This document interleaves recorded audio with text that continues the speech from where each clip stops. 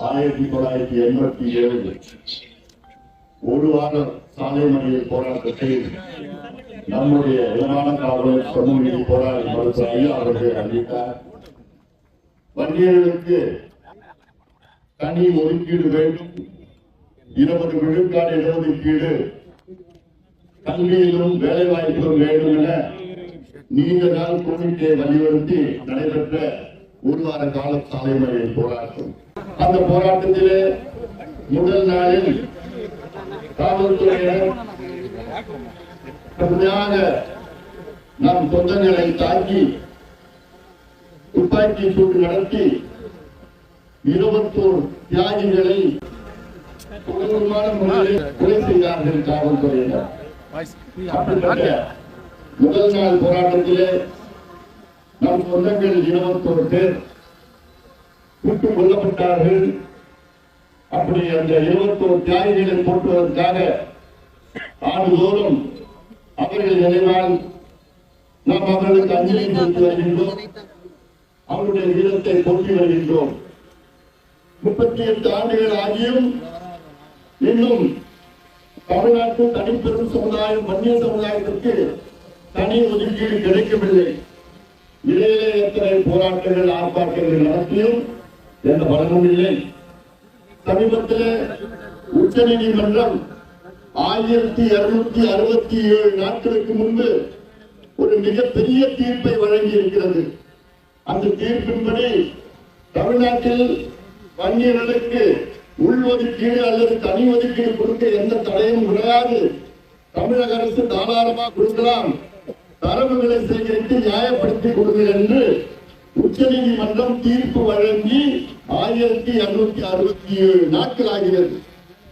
இந்த இடஒதுக்கீட்டை 30 நாளில் கொடுக்க வேண்டிய இடஒதுக்கீட்டை 1267 நாட்கள் ஆகியும் வேண்டும் என்று திமுக அரசு, மு.க. ஸ்டாலின் அரசு கொடுக்காமல் தவிர்த்து கொண்டிருக்கின்றார்கள்.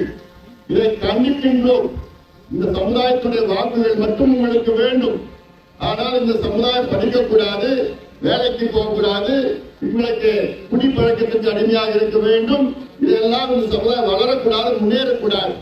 இதுதான் மு.க. ஸ்டாலின் முதலமைச்சருடைய நோக்கம். எடுபட போட்ட கிடையாது.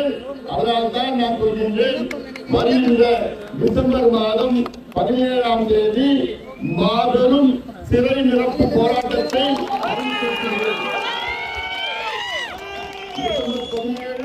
வன்னியர்களுக்கு, தமிழ்நாட்டில் வன்னியர்களுக்கு 15 விழுக்காடு முதல் கட்டமாக தனியாக இடஒதுக்கீடு வழங்க வேண்டும் என அறிவித்து டிசம்பர் 17 மாபெரும் சிறை நிரப்பு போராட்டம். குறைந்தது 5 லட்சம் நம் சொந்தங்கள் தமிழ்நாடு முழுவதும் தமிழக அரசுக்கு அழுத்தம் கொடுக்கின்ற இந்த அறவழி போராட்டம், அறவழி அமைதியான முறையில் நாம் எல்லோரும் சிறைக்கு செல்வோம். நம் சந்ததி, வருங்கால சந்ததியில் படிக்க வேண்டும், வேலைக்கு போக வேண்டும், சுயமரியாதையுடன் வாழ வேண்டும் நோக்கத்திலே அனைவரும் நாம் சிறைக்கு செல்வோம். அப்படியாவது திமுக அரசு இதை கொடுக்கலாம் பார்க்கலாம். அது மட்டுமல்ல, தமிழ்நாட்டிலே சாதிவாரி கணக்கெடுப்பு நடத்த வேண்டும் என தொடர் கோரிக்கையில் ஐயா அவர்கள் கோரிக்கை, தமிழ்நாட்டில் அனைத்து கட்சிகளின் கோரிக்கை, நம் கோரிக்கையில். ஆனால் வேண்டும் என்று முதலமைச்சர் ஸ்டாலின் அவர்கள் அதை எடுக்காமல் அதை தடுத்து நிறுத்தியிருக்கிறார்கள். அருகில் உள்ள கர்நாடகா, ஆந்திரா, தெலுங்கானா, ஒரிசா, ஜார்க்கண்ட், பீகார் மாநிலங்களும் எடுத்து முடித்து அதை இடஒதுக்கீட்டை அதிகப்படுத்தியிருக்கின்றார்கள், சலுகையை கொடுத்திருக்கின்றார்கள், நலத்திட்டங்களை வழங்கியிருக்கின்றார்கள்.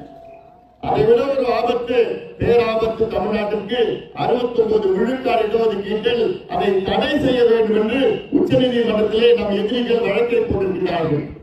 இந்த வழக்கு நிலுவையில் இருக்கிறது. என்னைக்குதான் வரும் இந்த வழக்கு வந்ததுன்னா தமிழ்நாட்டில் உள்ள 69 விழுக்காடு இடஒதுக்கீட்டை உச்ச நீதிமன்ற நீதிபதிகள் தடை செய்ய நிச்சயமாக செய்வார்கள், செய்யக்கூடும், செய்ய வாய்ப்புகள் இருக்கிறது. அதை தடை செய்யக்கூடாது என்றால் கணக்கெடுப்பு 2 மாதத்தில் நடக்க முடியும். சாதாரண விஷயம் அது கணக்கெடுப்பு நடந்தது. ஆனால் வேண்டும் என்று ஸ்டாலின் கணக்கெடுப்பை நடத்த அதை அவர்கள் பயந்து கொண்டிருக்கின்றார். என்ன பயம் ஸ்டாலின் அவர்கள்? இது சமூக நீதி நாள், நம்முடைய தந்தை பெரியார் அவர்கள் பிறந்த நாள்.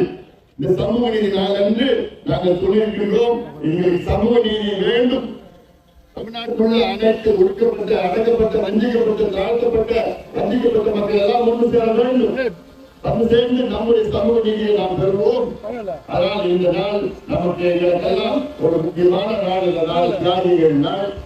தியாகிகள் அவர் உயிரை நீத்தது உங்களுக்காக, உங்கள் பிள்ளைகளுக்காக, உங்கள் பேரப்பிள்ளைகளுக்காக. அவர்கள் படிக்க வேண்டும், வேலைக்கு வேண்டும், சுயமரியாதையுடன் வாழ வேண்டும் என்பதற்காக. அதை தியாகிகளுடைய நிலையை போற்றி நம்முடைய லட்சியங்களை நிறைவேற்ற நாம் எல்லோரும் ஒன்று சேருவோம். நாம் எல்லோரும் ஒன்றுபடுவோம், ஒன்று சேருவோம், நிச்சயமாக போராடுவோம், வெல்வோம், சமூக நீதியை வென்றெடுப்போம். நன்றி.